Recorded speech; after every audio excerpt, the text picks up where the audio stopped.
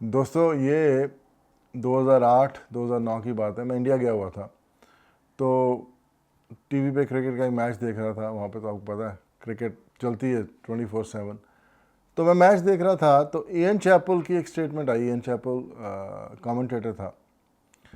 वो कहता है कि यार हमने अब ऑस्ट्रेलिया में ये नोटिस किया है कि इंडिया की टीम जब ऑस्ट्रेलिया आती है तो the current players they are not pushovers. आप उनको ये नहीं कह सकते कि हाँ बस यही है जी, ये आपकी अकोमोडेशन है, यहाँ रह लो।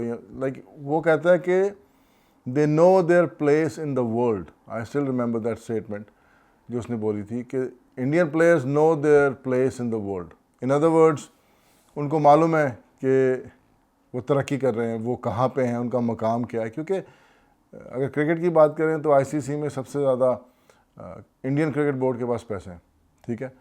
तो what he was trying to say was कि जब 70s में या 80s में इंडिया की टीम ऑस्ट्रेलिया जाती थी तो उनके प्लेयरों को जो भी बोला कि आपने ये करना है, ऐसे करना है, यहाँ पे आपने रहना है, ये आपकी अकोमोडेशन है, दे विल से हाँ जी ठीक है जी।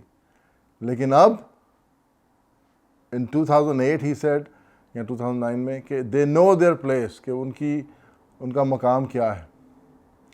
अब ये एक इम्पॉर्टेंट स्टेटमेंट थी दोस्तों, जो उस वक़्त मेरे साथ क्लिक की कि इंडिया तरक्की कर रहा है, इंडिया इज़ अराइविंग। अभी क्या हुआ, ये जो कनाडा और इंडिया में टसल चल रही है। Couple of things.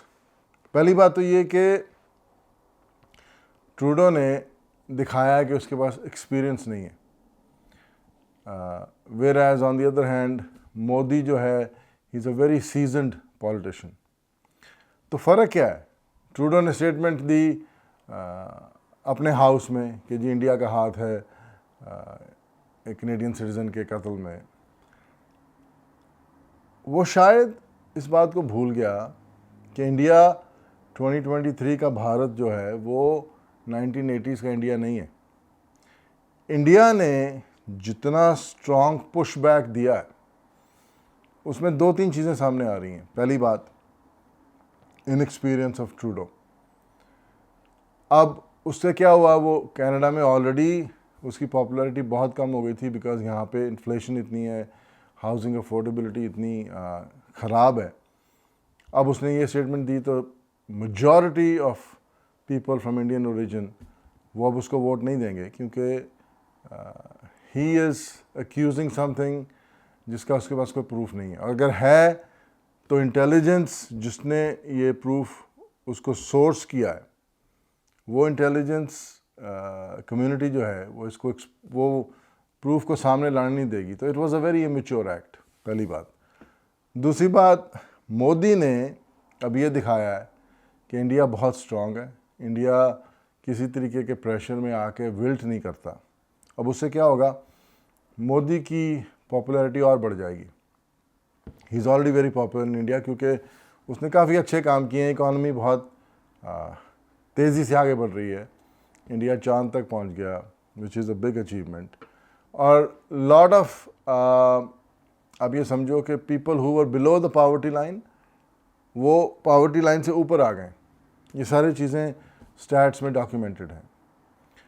अब दूसरी बात, इंडिया में क्या डेवलपमेंट हो रही थी कि जितनी भी अपोजिशन पार्टीज़ थी, कांग्रेस, समाजवादी पार्टी, जितनी भी रीजनल अपोजिशन पार्टी थी, वो सारी की सारी इकट्ठी हो गई हैं under a united front to fight elections with BJP. अब चूँकि Modi is very powerful and is very popular in India, उसने बड़े अच्छे काम किए, तो लग तो रहा था कि डिस्पाइट द फैक्ट कि सारी अपोजिशन पार्टीज इकट्ठी हो गई हैं, मोदी फिर भी जीतेगा। लेकिन एक हल्का सा डाउट था कि क्योंकि हर रीजन में जो रीजनल पार्टीज़ हैं वो स्ट्रांग होती हैं, और अगर वो सारे इकट्ठे मिल जाएं तो that was a challenge for Modi. लेकिन ट्रूडो ने उसको गिफ्ट कर दी कि नहीं, फिक्र नहीं कर, I am giving you this opportunity to shine. और उसने दिखाया, मोदी ने पहले उसने कैनेडियंस के वीज़ास जो हैं वो सस्पेंड कर दिए कि अभी नहीं दे रहा। फिर उसने कैनेडियन एम्बेसडर्स को वापस भेजा। सी आई एम अ कैनेडियन, मैं कनाडा का सिटीज़न हूँ, कनाडा की पूरी इज़्ज़त करता हूँ। कनाडा की तरक्की दिल में है, क्योंकि जब यहाँ पे सिटीज़नशिप की ओथ लेते हैं तो you give your uncompromised loyalty to your country. तो मेरी लॉयल्टी कनाडा के साथ है, लेकिन मैं इंडिया में पैदा हुआ हूँ, वहाँ पे मेरा बचपन बीता है, वहाँ पे मैंने सब स्पिरिचुअल चीज़ें सीखी हैं। तो इंडिया के साथ जो दिल से प्यार है वो है और वो रहेगा। सो मैं इसलिए एक बड़ी अनबायस्ड बात कर सकता हूँ, क्योंकि I can talk from both point of views. Reality ये है दोस्तों कि ट्रूडो ने अपना इमेच्योरिटी दिखा के कनाडा को नुकसान पहुंचाया है, क्योंकि इकॉनमी जो है ऑलरेडी ख़राब चल रही है। अब सारी दुनिया कोशिश कर रही है कि इंडिया के साथ व्यापार करें, क्योंकि इंडिया की population by the grace of God इतनी ज़्यादा है और मिडिल क्लास बहुत अच्छी चल रही है। और इसने अपनी अच्छी भली दोस्ती को काट दिया। अब देखो, वो आदमी जो कभी इंडिया में रहा नहीं, जिसको इंडियन कल्चर का कुछ पता नहीं, अब आप समझो कि बाहर से एक दूसरी कंट्री से कोई पॉलिटिशियन इंडिया जाता है और पंजाब में जाके 2 भंगड़े डाल लिए तो उसको लगता है कि मैं पंजाब का कल्चर समझ गया। ये काफ़ी बेवकूफ़ी है। मैं पंजाब में पैदा हुआ हूँ, मैं पंजाब में एक हिंदू फैमिली में पैदा हुआ हूँ। मेरे दोस्त हिंदू भी हैं, सिख भी हैं और बड़े अच्छे दोस्त हैं। और हम दोस्तों, कोई फ़र्क नहीं है, मैं आपको दिल से बता रहा हूँ, कोई फ़र्क नहीं है।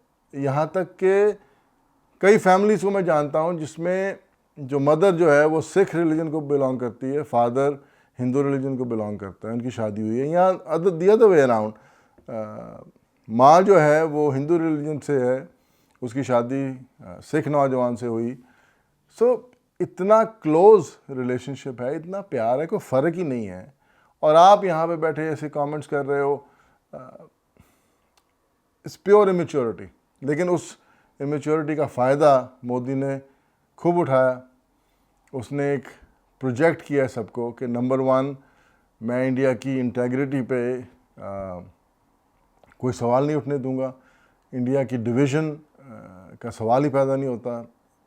उसने बड़े स्ट्रांगली ये जवाब दिया। और दूसरा, उसने ये बताया कि इंडिया जो भारत है 2023 का is very different from India that used to be in 1980s, जो इयन चैपल ने स्टेटमेंट दी थी, जो मेरे को अभी तक याद है। तो मैंने कहा आप तक ये बात पहुँचाऊँ। तो चलिए अगले वीडियो में फिर आपसे बात करता हूँ। तब तक के लिए take care of yourself and everyone around you.